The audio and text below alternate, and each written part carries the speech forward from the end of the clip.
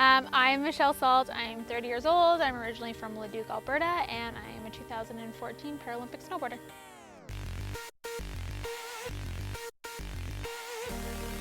I am making a transition.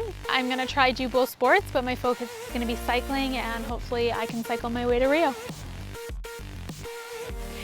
So I've always been a really active person, fitness model, marathon runner, and June 27, 2011, after I'd done my first fitness competition, I was going to go for my pro card.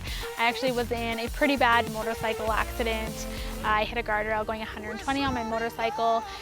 Upon impact, I broke all kinds of bones. Most of them were compound, and I severed my femoral artery, so I was bleeding out. I was rushed to the hospital by STARS. I lost 28 units of blood, was on life support for 7 days, and in the end lost my right leg about 10 inches above the knee. All right, so I just normally sit on here on my frame and just start pushing, and then I'll clip into my one pedal. And then I'll clip into my socket system. From the time I found out about my leg, actually day 8, so I was on life support for 7 days, day 8, found out about my leg, and right away within, I'd say 12 hours, I decided that I wanted to be a Paralympian. I want to now pursue cycling. So it's always been on my mind, but it's now the time where I'm just gonna really put that focus into it. So I'm a C2, which means that I'm an above knee amputee cycling against girls that have a very similar impairment.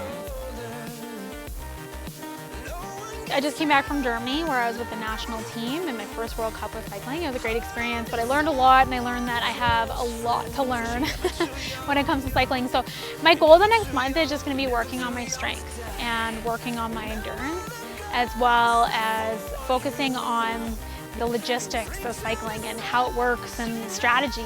I'm going to set out to train 6 days a week to get on that bike as much as I possibly can to ride, and then qualify in May.